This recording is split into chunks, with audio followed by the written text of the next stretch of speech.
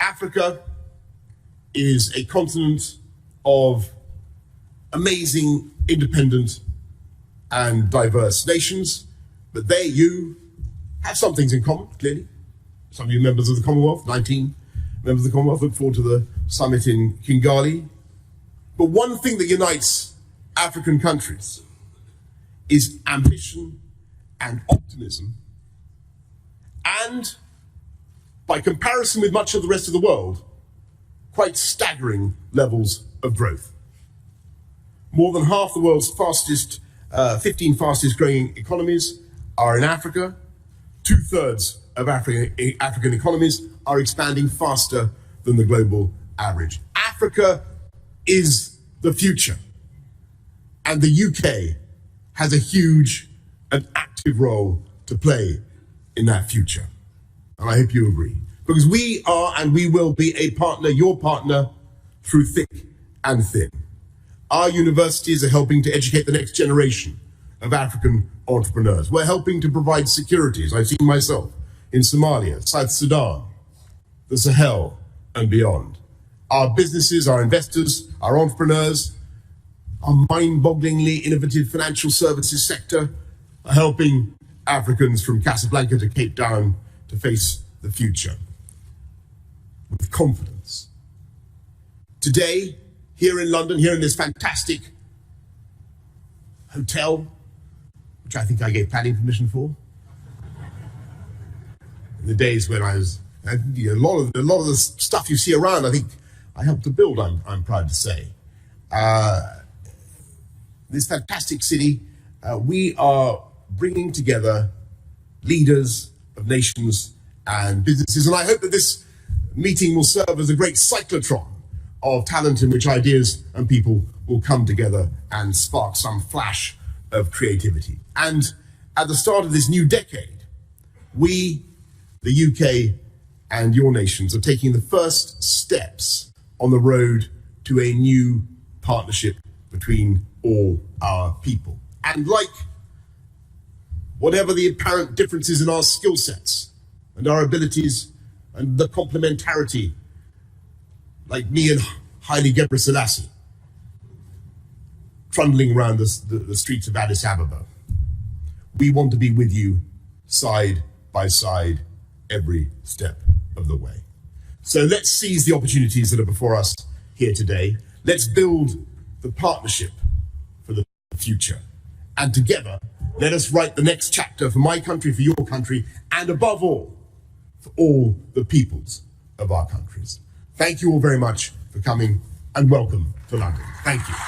You run Fun Kids, a startup in Kenya, which is doing some wonderful things, but why is this summit important to you? The question is, why isn't it important to me? Dear people, listen. Listen with your hearts. Listen to the drumbeat from the African continent. It's getting louder. Women are singing, children are laughing. We are ready. It's a new decade. It's a new year. Our diversity is our strength. We have innovation. We have people. We are the fastest growing continent, the largest number of children and youth. Why would this not be an amazing summit for partnerships? Businesses, small businesses like mine have the potential, but we can't do it alone. We need to run this race together. We need people to invest in us in skills, not just the money. The money needs to be patient, but it's all about the people. If we're not going to be sustainable, if it's not going to be dignified, we need to ask ourselves, why not? I look forward to taking the PM around this morning, seeing the amazing innovations by young entrepreneurs from the continent. My heart is filled with pride today morning to be a young entrepreneur and to follow on the proverbs from Africa. The sun does not forget a small village. just because of its size. Great. So what do you think needs to change to really, what do you see as the main opportunities for change? Intentionality. There's so much data you have as governments, but are we being intentional with what we do with this data? The opportunities are there. We are here. But what are we doing with this? We need to get granular. We need to stop the talk. We need to start the action. But more importantly, you need to make room for us at the table. We are young, we are energetic, we are innovative, we've got grit, and we've got a deep love for our continent. Make room for us at the table, my president. Make room for younger people, not to move you from the table, but to sit with you and join hands. And as our athlete Eliud Kipchoge showed us, you need 42 pace setters, top of their game, to help you win, for us to win the race of an amazing continent of great partnerships. We all need to want to work together. Let's stop the talk and let's get to action. Thank you, Shiro. Thank you. That was amazing. Every time I see you, Charles, I'm excited because you're going from strength to strength. But I'm going to let you tell this room why we should invest in your business. Thank you very much. So, all over the African continent, young entrepreneurs are turning the challenges of Africa into opportunities. Opportunities to create solutions that are scaling not just locally, but globally. Let me tell you a story. So 20 years ago, in a small town in Ghana, a science teacher was about to perform the first ever science experiment with his young son. Unfortunately, at the time, he did not have access to the tools and equipment that they needed in order to do these experiments. So they only had a bottle and a funnel. A few years went by, that boy grew older, and seeing that the challenge was still existing, saw an opportunity to find a solution. Together with his friends, using methods like 3D printing, laser cutting, they created a toolbox they called the Science Set. Now, the Science Set contained more than 45 individual components for doing a whole lot of experiments, and yet it was small enough that it could fit in the hand of a student, and was so affordable that every student could have their own. So today, on the African continent, instead of building labs that cost tens of thousands of pounds, students are learning about solar panels and building robots with a science lab that they carry around in their bags. And in 2019, more than 500 schools in the UK started testing this product in schools. I am that young boy who did his first experiment 20 years ago.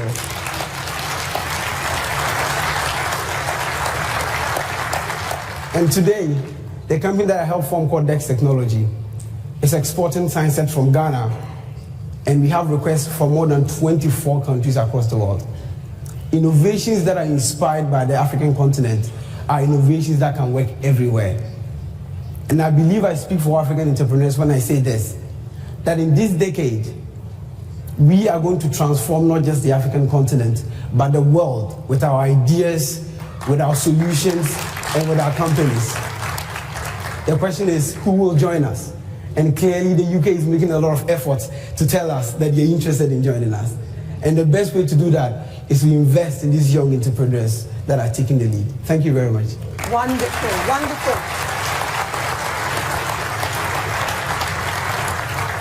African solutions to the world. Join me in thanking Shiro and Charles for their time. Thank you very much for sharing. Partner of today, of tomorrow, and decades to come. Because the truth is that in 2020, the UK is the ultimate one-stop shop for the ambitious, growing international economy. If you want investment in a new project or enterprise, just hop on the tube, one stop from here, and you'll be in the heart of Canary Wharf, where, along with its older sibling in the City of London, trillions of pounds of capital are being raised for every venture you can think of, from French construction to African telecoms to American cancer-curing drugs. In every currency that you've heard of, and some that have only been recently invented. It may give you some idea of the scale of the financial services in London when I say that Canary Wharf alone is a bigger banking centre than the whole of Frankfurt. We have the tech. We have edtech, midtech, fintech, biotech, green tech, nanotech, tech of all kinds. We have by far the biggest tech sector anywhere in this hemisphere, 2 or 3 times bigger than any of our rivals. And that works in synergy, of course, with our amazing higher education sector. We have more of the world's top universities than any other country outside the United States. Every year, thanks to our Chevening and Commonwealth scholarships, their doors are opened to the best and brightest students from every part of Africa. And I'm proud to say today that 1 in 7 of the world's kings, queens, presidents, prime ministers were educated in this country, including the Japanese emperor. We have a total global monopoly on the higher education of emperors. And thank you for that. It's true. And if you want to come here to study in those universities, if you want to play a part in the high-tech revolution, if you want to work with the titans of our financial world, then you'll be pleased to hear, my friends, that one thing is changing: our immigration system. I know it's an issue that people have raised with me in the past, but change is coming, and our system is becoming fairer and more equal as between all our global friends and partners, treating people the same wherever they come from. And by putting people before passports, we will be able to attract the best talent from around the world, wherever they may be. Because I appreciate, as I say, that there is no shortage of governments out there touting for your business. China, I mustn't mention the competition, but I better, I mean, why not? China, Russia, Germany. I'm told there's going to be a conference in France fairly soon. But in the words of an old Akan proverb that I picked up in Ghana, all fingers are not the same.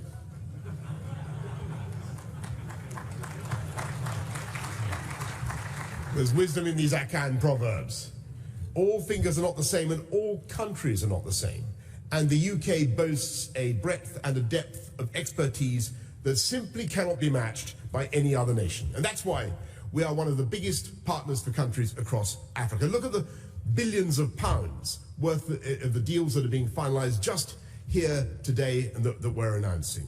The monorail trains that will shortly be conveying citizens through the streets of Cairo, that great and growing city, will be made here. The monorail trains will be made here in the UK, in Derby.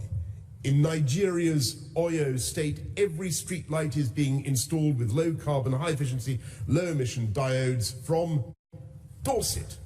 I had no idea they made these things in Dorset. There you go. Families across Angola will shortly be tucking into delicious, wholesome chicken from Northern Ireland.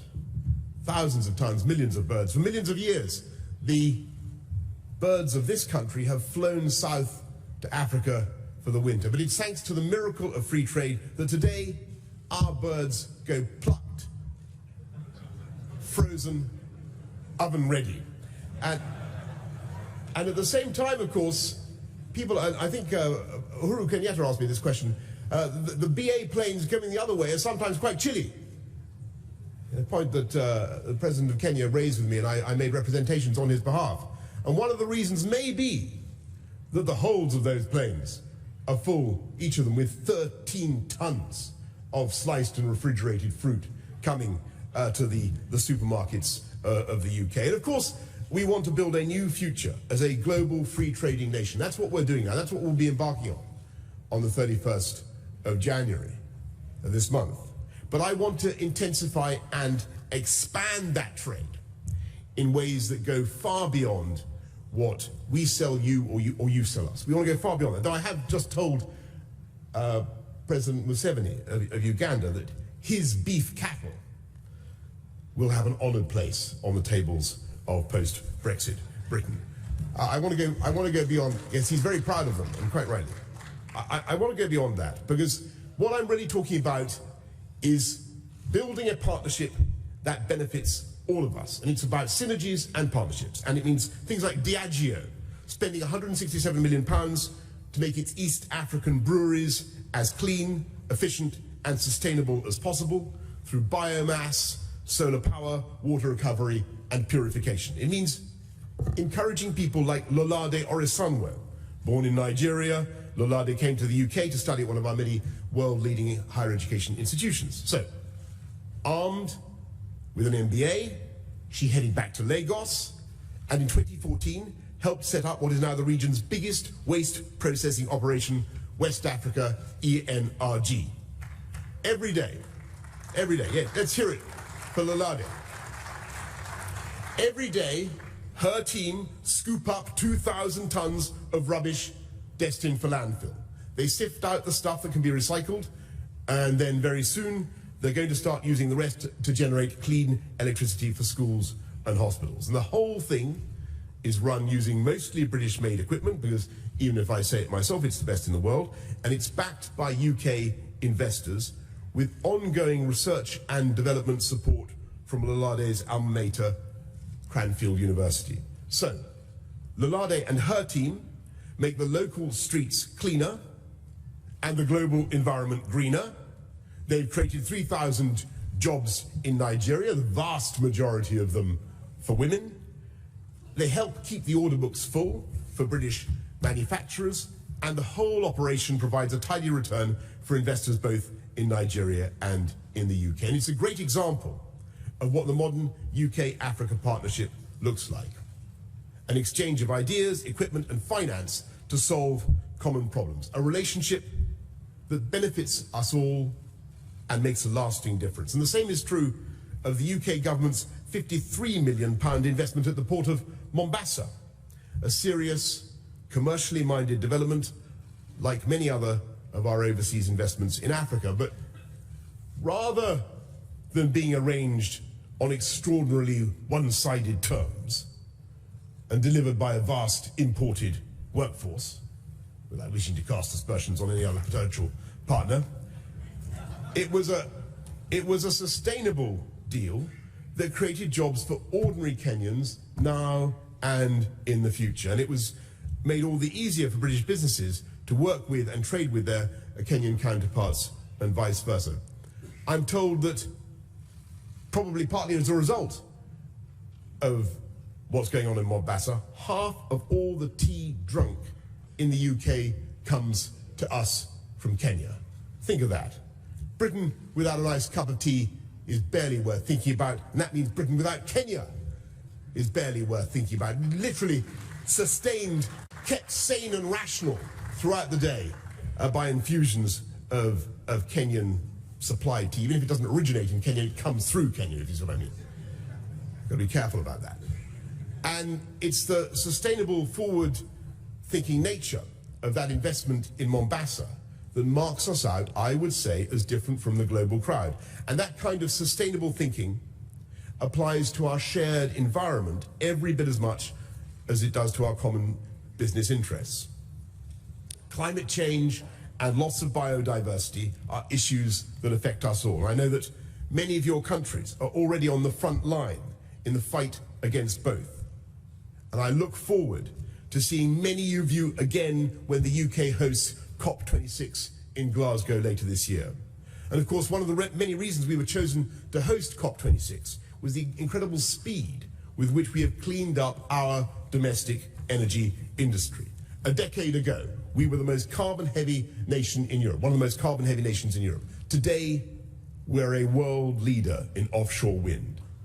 We regularly generate more of our electricity from renewables than from fossil fuels, regularly. And we have almost entirely weaned ourselves off coal. But there's no point in the UK reducing the amount of coal we burn if we then trundle over to Africa and line our pockets by encouraging African states to use more of it? Is there? We all breathe the same air, we live beneath the same sky, we all suffer when carbon emissions rise and the planet warms. So from today, the British government will no longer provide any new direct official development assistance, investment, export credit or trade promotion for thermal coal mining or coal power plants overseas. To put it simply, not another penny of UK taxpayers' money will be directly invested in digging up coal or burning it for electricity. And instead, we're going to focus on supporting the transition to lower and zero carbon alternatives. First, by helping you to extract and use oil and gas in the cleanest, greenest way possible, and we're world leaders in that and have much to share, but also by turbocharging, if turbocharging is a word I can use in the context of low carbon energy technology, our support for solar and wind and hydro and all the other carbon-free sources of energy that surround us and are just waiting to be harnessed. If I can't say turbocharging, what can I say? We're going to deliver an electroconvulsive lightning bolt through our renewables energy in industry.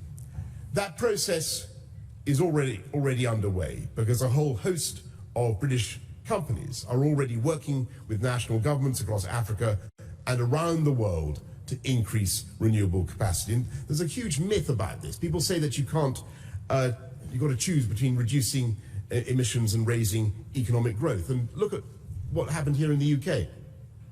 Actually, we have cut CO2 emissions by 42% since 1990, and yet GDP has gone up by 67%. And we stand ready to help you do the same, tackling the causes of climate change while also delivering the power needed to unlock the potential of all our people. And what an incredible potential that is.